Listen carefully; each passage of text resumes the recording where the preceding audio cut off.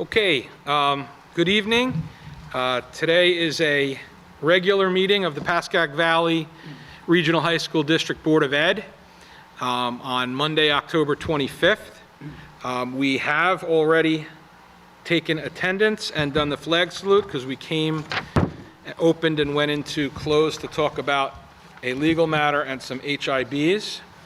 I would want the record to show that Dr. Blundy and Mr. Weaver have joined since we called the roll. Okay. During the meeting tonight, there will be two opportunities provided for citizens to ask questions and to make comments. During the first opportunity, which is earlier on the agenda, comments are invited on agenda items only. The second opportunity will occur just before adjournment, and residents may address any comments to the board at that point, and they are limited to 5 minutes in total. Persons wishing to speak must, upon being recognized, rise, state their name and address, and all rules will be monitored by the president. Comments shall be limited to issues. No personal remarks or discourteous statements should be made. With that said, we went into closed, we came out of closed, and adequate notice of this meeting has been published or provided by mailing copies of said notice to the record, filing copies of said notice with municipal clerks of Hillsdale, Montvale, Rivervale, and Woodcliff Lake, and publishing said notice in the record on May 18th, 2021 and October 22nd, 2021. Routine matters. Dr. Fishbein, your monthly report. I have two items I'd like to talk about. The first are the beehives at PV. I guess this is a project that started years ago, but got interrupted by COVID on getting the hives here, but has started, and it's been very exciting. Some of you have gone to see the honey extraction. Of course, I said I was good. Return. Hit return. Arrow. All right. Up arrow or down arrow? Looks like we're locked.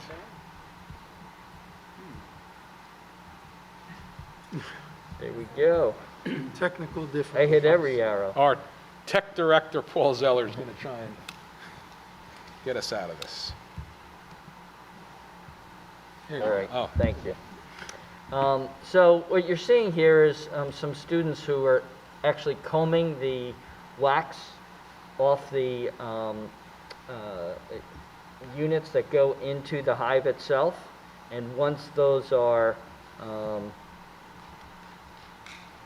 done, and this is just a little video of them doing it. So it's very delicate work, and they have these combs, and they pull the beeswax off. And this is the unit that once the beeswax has been taken off, they put it in this unit. There's some heat and some movement that extracts the honey. It falls to the bottom, and there's just a simple tap at the bottom. And this is students working to jar the honey. Just a little video of that. So they do a great job, not only of understanding how the bees produce the honey, extract the honey from the hive. They put it in these beautiful jars so they can be sold. And this is the teacher, Ms. Lindstrom, who's really involved in this. She's great.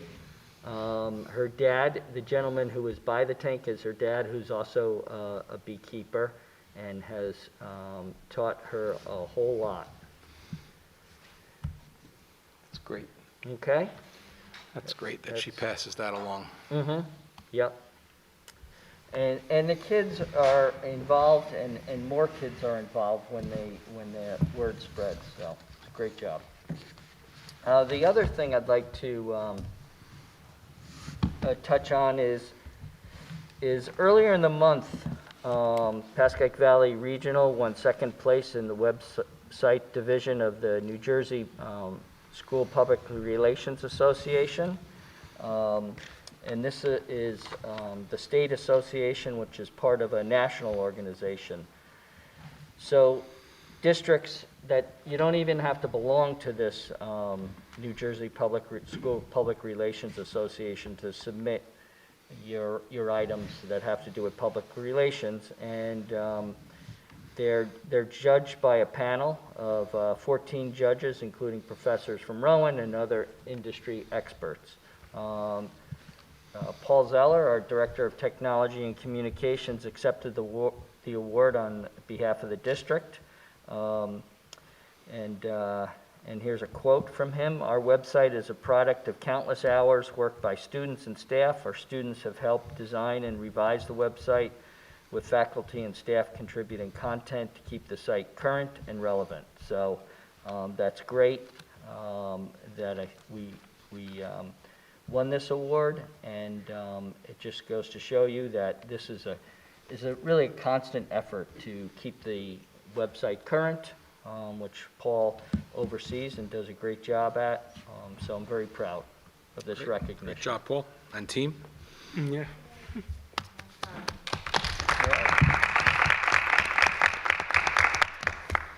Who went first last time?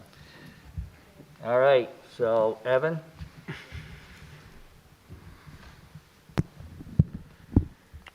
Good evening.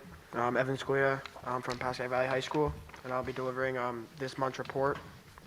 For classroom item number 1, during morning announcements on Friday, October 15th, Mr. Puccio announced the winning design for our school-wide mascot logo. It was the second option. Classroom item number 2, Pascack Valley's choir held a karaoke night for all its members. This was a fun night of singing, socializing, and of course, eating delicious food. On October 28th, the choir will be hosting its annual Halloween Talent Night in the auditorium. It will be live streamed by PVTV and will include performances by students from the entire school, as well as some faculty members. Not only will this be a great way for all the students to showcase their talents, but there will also be opportunities for the audience members to win prizes for the best Halloween costume. Finally, there will be the Best Student Performer contest, where every audience member will be able to vote, so don't miss out. For classroom item 3, the Tri-M Music Honor Society members have been planning several events for the fall and winter. The members, under the guidance of their advisor, Mrs. Safari, have recently started planning the first ever Winterfest. It will take place on December 1st in the cafeteria and will be open to any students interested in doing a vocal or instrumental performance. Tri-M is also planning on presenting information to the 8th graders during 8th grade orientation to recruit as many new PV music members as possible. Tri-M music members can't wait for all of these upcoming events. For co-curricular activities, the first item, the Interact Club donated several boxes and bags full of non-perishable items to the Helping Hand Food Pantry in Hillsdale. Members volunteered for Meadowbrook School's Harvest Festival. Club members also assisted in the Parkside Church in Westwood with distributing hot meals and fresh produce on Tuesday afternoons, as well as assisting the Pascack Valley Navigators with their sports program for children with special needs. Lastly, the club is in the process of planning a bake sale fundraiser for the month of November. Co-curricular item number 2, the Pascack Valley student publication is making a big push into podcasting. The publication used a generous grant from PV's PFO to buy industry standard audio equipment, including an amplifier, mixer, microphones, and headphones. The first podcast using the new equipment is the PV Playbook, where Mike Pizzella, Braden McPhee, and Paul Santo banter about sports. The PV Playbook, along with other forthcoming podcasts, are available not only at the PV student publication website, but also at Spotify, Apple Podcasts, Stitcher, and nearly everywhere else you can find podcasts. Co-curricular item 3, the PV Beekeeping Club held an observation hive and information media. The PV Beekeeping Club held an observation hive and information media center display on October 21st. The hive encased 2 frames of bees and generated a lot of inquiry and conversations about honeybees. When weather permits in the spring, the club plans on setting up more displays and possibly using the observation hive as an outreach tool for community events. Athletic events number 1. Congratulations to the PV's fall athletic teams as they continue to have remarkable seasons. Many teams had successful county tournament performances. Teams are currently finishing up their regular seasons with senior ceremonies. where they will honor the class of 2022 athletes. Teams are also getting ready for state tournaments. Good luck to all the fall teams as they prepare for states. Athletic item number 2. Pascack Valley Regional Dance Team won the Dance Team Union GOAT Award for their 2019 national winning team performance routine. DTU took the Battle Cup winning routines in each category over the past 5 years and put them up against each other in an online video competition. 15 states were represented, and Pascack Valley was in 2 of the categories. Their 2019 team performance routine and their 2017 POM routine were in each category respectively. Pascack was crowned DTU GOAT team for team performance. The coaches and girls are very grateful for all the support from the district and thankful for all the fans that voted. Congratulations to the entire dance team on this remarkable accomplishment. For a fun fact, the Executive Council held an outdoor Valley Cup assembly on October 8th. All grades competed against each other in events including multiple stage relay, popping balloons with a partner, a World Cup soccer contest, and spike ball.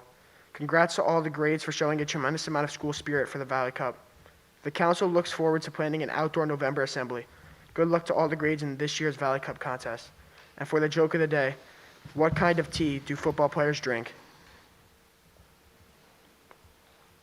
Penalty. Yeah, there you go. All right, very good. All right. Hillary?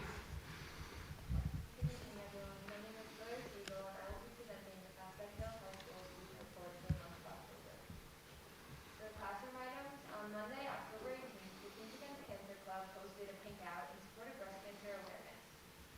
In PE classes, students were encouraged to walk 1.8 miles around the track, representing how 1 in 8 women will be diagnosed with the disease in their lifetime. Finally, Commissioner Olszewski was guest speaker. Up top. Towards you, yep. Okay. Finally, during lunch, Mrs. Olszewski was a guest speaker and shared her story, and as one of the people listening, I could say it was truly inspiring. Additionally, on Wednesday, October 20th, the AP Environmental Science classes took a field trip to 2 different rivers, one in Saddle River and one in Ringwood. They experienced firsthand what they had been learning about in class, as they did a habitat assessment by judging the quality of the environment. They also dug up samples from the river to analyze the organisms and demonstrate how much biodiversity is in one body of water. The Hills English Department has created a college essay help center from October 20th to October 29th, during which an English teacher is available in the library, both during lunch and after school, to help seniors with their college essay writing process. For co-curricular items, on October 11th, Hills peer leaders went into sophomore gym classes to engage in several different team building activities. This served as a transition for the sophomores who had not yet had a typical high school year. The sophomores were able to create bonds with their classmates as well as form connections with their upperclassmen peers as they participated in the activities.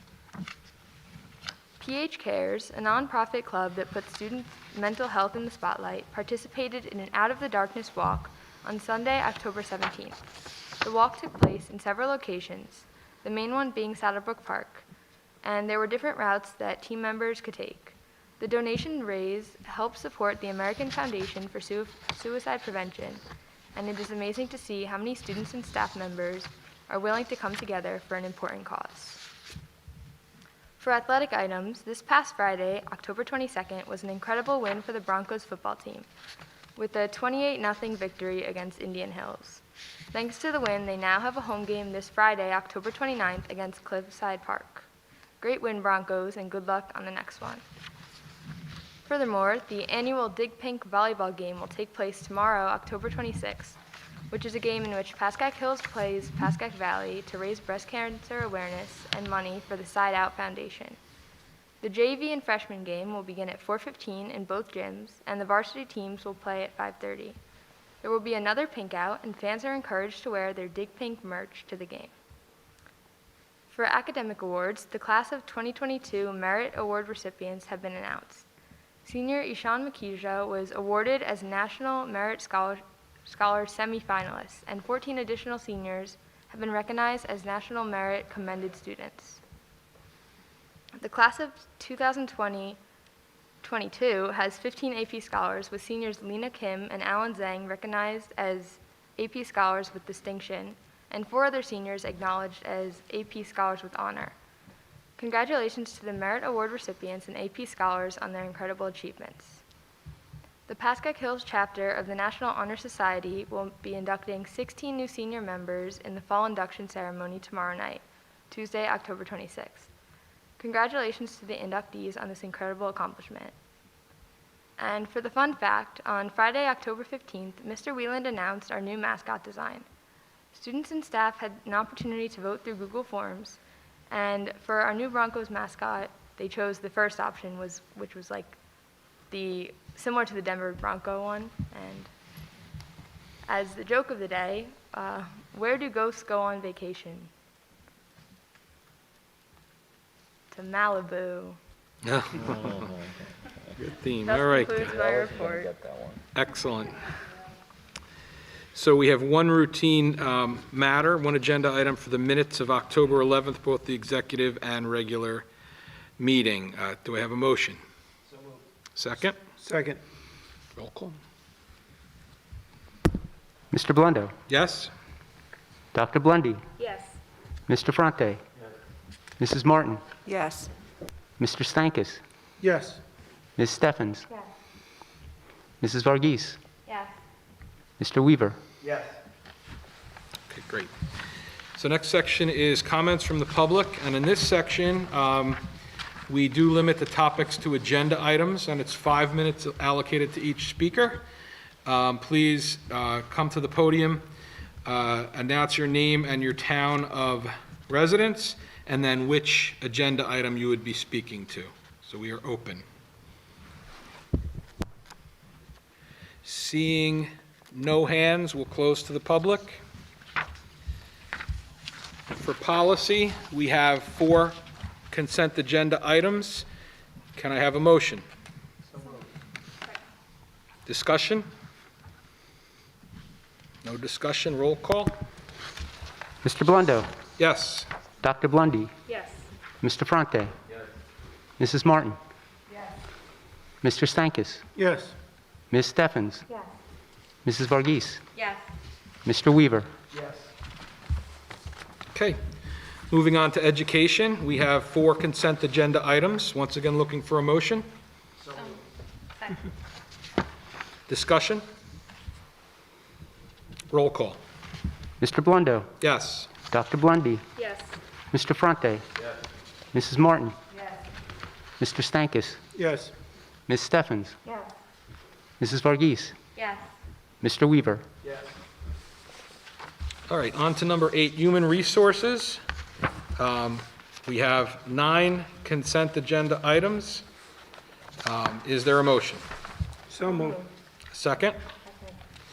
And I have a discussion item. I am going to, well, we can do it on the roll call, never mind. Any other discussion? Roll call?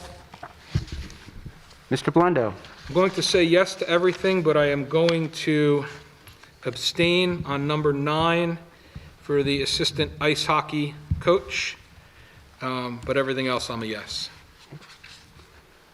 Dr. Blundy, Yes. Mr. Fronte, Mrs. Martin, Yes. Mr. Stankus, Yes. Ms. Steffens, Yes. Mrs. Varghese, Yes. Mr. Weaver. Yes. Okay. Finance. We have 14 consent agenda items. Is there a motion? Is there a second? Second. Discussion. Just a quick question on the bills. I did note that there were expenses for uniforms. It just didn't say which school uniforms were for. So I don't know, since a lot of this change was due to the mascot, did we take note? Can we take note, just so that we can differentiate between the two, or is that? Yeah, the uniforms, I believe the uniforms are all from Pascack Hills that were on the bills list. Was that just Pascack Hills? I thought, but I didn't see a place where it said it. Oh, well, it's probably the, yeah, Okay. and it's, well, not that you would necessarily know, but the account numbers would indicate a 07 next to the last set of numbers, would indicate that's Hills, 06 would indicate that it's Valley. And it's Just for which people, yeah. digits? It's the next to last, it's the fifth set of digits. Just before the 3 zeros. Right, Just before the three, so 07 is Hills, 06. That's correct. good to know. So Never, that covers part two of our finance training. Yes. Yeah, and 05 is Oh, that was in district, the there's first a whole bunch of them. I missed But it. I think the most important ones you want to know are 06 and 07 being Valley and Yeah. Hills. Other discussion? Roll call. Mr. Blundo, Yes. Dr. Blundy, Yes. Mr. Fronte. Yes. Mrs. Martin. Yes. Mr. Stankus, Yes. Ms. Steffens, Yes. Mrs. Varghese, Yes. Mr. Weaver. Yes. Does anybody have any old business they'd like to bring up? Seeing none, does anybody have any new business to bring up? I've got one item for new business that I know all the board was CC'd on in a response. So I made notes so I don't ramble. So I do want to address the communications that we received as parents from Hills on Friday, November 22nd, from the athletic director with regard to winter indoor track. Just to be clear, he was sharing information, so this is not an opinion on his correspondence. It's just, you know, it's what he was required to share with us. Dr. Fishbein had shared this was in the Friday brief, so if I missed that, I do apologize. For the record, my children do not participate in winter track, but I did pause when reading this as a board member. So for those who don't know or didn't see the correspondence or understand the trail of communications, our indoor track team has meets scheduled for the Armory in New York City. So New York City now requires that all individuals that enter their facilities and venues for athletic events such as the Armory be vaccinated for COVID-19. And any Hills athlete who is not vaccinated would then not be eligible to participate at any events held at the Armory, which includes the Bergen County Championships. I know that's out of our control to a certain degree. It is concerning to me that our athletes would be excluded from participating in any team events if a vaccination is required and they don't have it. And we know what New Jersey's requirements are. And if it's a team sport and we're sending a team and telling a child that they can't go because of certain requirements, are we meeting our obligations to that child or those children? I have zero interest in discussing the politics of this requirement. You know, there are several meets listed. The one that I think maybe we could have some influence on is the county championships. The Armory is used because it's one of the few facilities that can accommodate large events such as that. There's not a facility in New Jersey that could host the county championships as they're currently organized. All the teams go there at one time. You notice there were some events listed in Toms River. Toms River can't host that event. So if another venue in New Jersey was to be used, the event would need to be broken up over several days. I have no idea of the logistics involved, as many involved in the organization of the event are volunteers. What I would like to ask the board is if there is support to allocate additional funds to indoor track events should organizers look to break their events into smaller pieces that could be held over multiple days at smaller venues. So for example, if they said, well, we're hosting county championships, but we don't want to do it at the Armory because it would be too exclusive, and we did it at Toms River, but it now needs to be held over 4 days, and that would be at a much greater expense. Like, I think athletic directors and would need to know that information across the county. I don't know what those costs would be. It would obviously be a greater cost, but I think it would be important for organizers to know that our board and maybe other boards would be willing to absorb that cost so that our unvaccinated athletes are not excluded from participating in an event such as the county championship. Beyond the county championship, there were probably 3 or 4 other events listed. I have concerns that we would be sending teams that would exclude our athletes. For this one event, you know, I don't know what the county committees will come up with as a solution. I know they're having conversations about that. But I would hope if it was a reasonable amount of money that different districts were asked to contribute, that we would be willing to do that for our students. So I'm seeing a lot of nodding heads. Does anybody have a different opinion or anything else to share?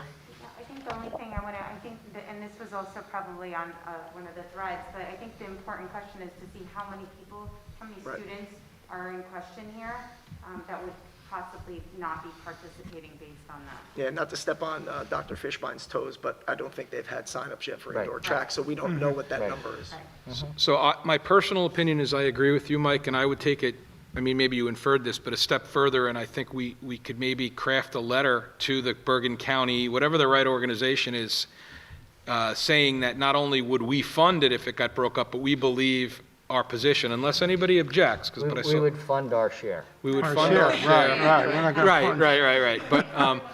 But that we would also, recommend that they consider strongly a Jersey venue for that. Right. I mean, my only thought is sure, but if we'll, we get a guesstimate on what it costs. I would imagine the biggest thing would be additional busing, right? No. It's more than that? They have a venue where they do it all at once, so it would be, Like a renting a venue. Right. yeah. Okay. So instead of doing something at the Armory that's one day, you may now have to look at doing something in Tom's River that might be 2 days or 3 days Got it. or 4 days. So Okay. I don't know what that cost is, but just in terms of, we're not committing to an amount, but just to say kind of Yeah. philosophically, if that was a possibility, you Right. presented us with a number within reason. I'll ask the ADs to look into that. The bubble at Tom's River is used by that region of the state. I doubt there's a time where it's available, but I'll have them look. So then the next step is, what about those other meets? Are we going to send our teams into the Armory if there are students who are unvaccinated and tell those students that they have to stay home? Is this just for track and field? I'm sorry. Yes, this is for indoor. It's the only place where they'd be playing in the state of New York, competing. Yep. There's 2 areas, the Armory and I think it's called, in Staten Island, Breezeway or something like that. And you don't have an option right now where kids can get a test prior to going in? It's just No, straight- this is New York City rules. Can't even attend a game to If watch. you're going to Madison Square Garden or the Brooklyn Center or a concert, you have to show proof of vaccination. Unless you're a player from the Lakers, then you have a special exemption because Yeah, you're out of right. town, which is true. Yep. Texas too, I think. I definitely think we should look into it. I think we need to get more information, how many kids are attending, what the costs are. but- Yeah, we won't know that till it's too late. Even if we know, like, our one-day cost to go to the Armory is X, if we guesstimated at 3 or 4X, we probably won't be wrong. Just so we have something, a number to talk about. Well, I think there are 2 separate issues right now. So one, it's philosophically just about county championships. And 2, it's, are we comfortable allowing our teams to compete in an event that could exclude some of our students because they're not vaccinated? Do you mean cancel the thing, cancel it completely? Yeah. Well, it's not our event to cancel. But not, Right, I but think what you're not saying is not. participate Like by not our, participate, by that's our right. students. Yeah. Well, I hope it doesn't have to come down to that. I hope the county can get together and figure out a way to make this happen, but, Well, no, you know, there were you lose multiple- Correct me if I'm wrong, but there were multiple meets listed. Yeah, Right. they're usually there a couple Yeah. times a There were year. 6, It is- 5, 6 it meets over is- the course of the winter. It is the premier track facility right, in this region, okay? So, you know, the tracks that are local to us are substandard, you know, FDU, Rockland Community College. Which is New They, York. no, But this it's is New state, York yeah. City, Right, it's only a city. So I don't think those would be venues for this, but I'll have the ADs reach out to their county organizations. And, Is there, I'm sorry, is there a way to find out based on who participated last year? Is there a way to ask them? find Well, you out? have kids who graduated, Right. new kids who didn't run last year who want to. So there's a point in time, I don't think winter sports have started to sign up at this time. Okay, any other new business? Okay, seeing none, we're going to open to the public for the last time on any topic. And again, 5 minutes is the speaking limit, and please state your name and the town of your residence. So we are open to the public.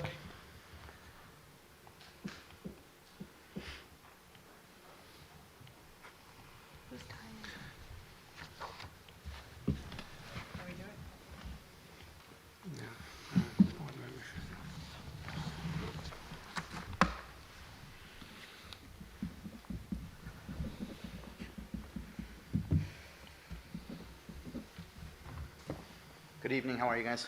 You guys can hear me? So it's been an interesting 7 days. Excuse me, name and town for the record, please. Oh, so sorry, I wrote it in the book. Eli Moallen, Rivervale. So it's been an interesting 7 days for me and my family. So I thought I'd start off with something a little different than what I normally do. So what is the role of board member? As someone you all represent, I thought I'd give you my perspective. I believe first and foremost, board members need to advocate for our kids and for their education. I believe board members should be good stewards of our tax dollars and not waste them on social experiments. I believe board members should be considerate, respectful, and inclusive of all members, of all families, excuse me. And I certainly believe board members must keep their word. While we appreciate all of your service, we are disappointed in some. The relationship between school boards and the people they represent is broken. Just recently, the National Association of School Boards, which I'm assuming this board is a part of, sicked the FBI on parents that were unhappy with the direction of their kids' schools. They just issued an apology, but that, of course, didn't really change the course of some people's lives. So this is where we've come to in civil discourse.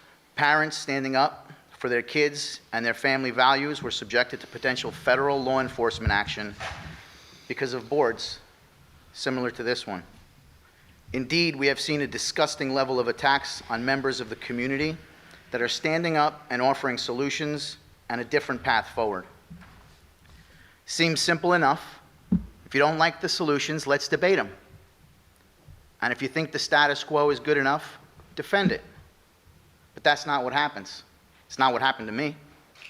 What happens is character assassination.